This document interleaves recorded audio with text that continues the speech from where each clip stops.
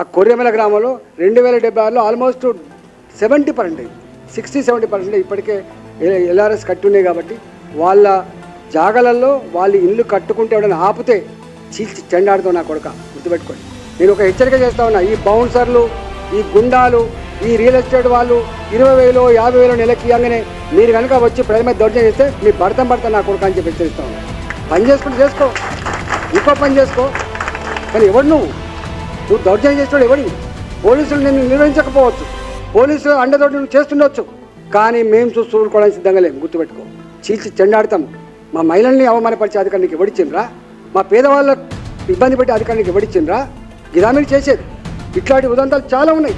ఇప్పటికైనా జ్ఞానోదయం తెచ్చుకొని, బుద్ధి తెచ్చుకొని, నేను రెవెన్యూ మంత్రి గారు కూడా అడుగుతూ ఉన్నాను, ఇలా మీరైతే భూభారతో ఇంకో భారత ఏదో తెస్తూ ఉన్నారో, ఇంకా కొత్త రిఫైన్డ్ చట్టం తెస్తూ ఉన్నారో, మంత్రి గారు మీకు తెలుసు ఇవాళ అనేక గతంలో ధరణి తర్వాత ఎన్ని దుర్మార్గాలు జరిగినా మీకు ఎరక. దీని మీద ఒక సమగ్రమైన కమిటీ వేయి. హైదరాబాద్ చుట్టుపక్కల మేము చెప్తున్నామంటే ఎంత బాధతో చెప్తున్నట్టు, వాటికి ప్రెస్ మీట్ కోసం పెట్టట్లే, మేము పేరు కోసం పెట్టట్లే, మేము ఇది రియాలిటీ. కొన్ని లక్షల మంది ప్లాట్ల పేద ప్లాట్లకు సంబంధించిన వ్యవహారం ఇది. కొన్ని లక్షల కోట్ల రూపాయల విలువైన భూములకు సంబంధించిన వ్యవహారం ఇది. వాళ్ళు ఎప్పుడో కొనుక్కున్నారు కష్టం చేసి. వాళ్ళు దొంగలు కాదు, వాళ్ళు వీళ్ళ లెక్క బ్యాంకుల నుంచి తెచ్చుకున్న వాళ్ళు కాదు. ఈ పైసా ఆ పైసా కూడగట్టుకొని తెచ్చుకున్న ఒక పైసలు. కూరగాయలు అమ్ముకున్న వాళ్ళు, ఆటో నడుపుకున్న వాళ్ళు, ప్రైవేటు కంపెనీలో పనిచేసిన వాళ్ళు, చిన్న ఉద్యోగులు వాళ్ళు. 200 గజాల జాగాగా ఉప్పలు ఎవడు కొంటాడండి? ఇంకా గడికేశ్వరపై ఎవడు కొంటాడు? పైసలు ఇక్కడ కొంటాడు, పంజానీస్ కొనుక్కుంటాడు.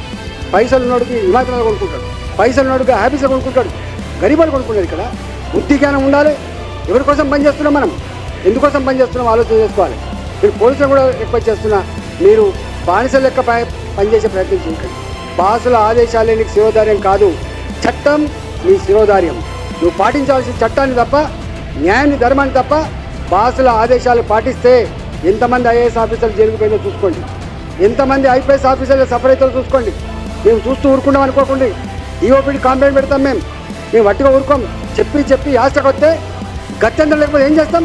తప్పకుండా మీ చరిత్రను తెలిసి మేము కంప్లైంట్ చేయాల్సి వస్తుంది. కేర్ఫుల్ ఉండమని చెప్పి కోరుతా ఉన్నా. మాకు వ్యక్తుల పట్ల కానీ మాకు ఎవరి పట్ల ద్వేషం లేదు.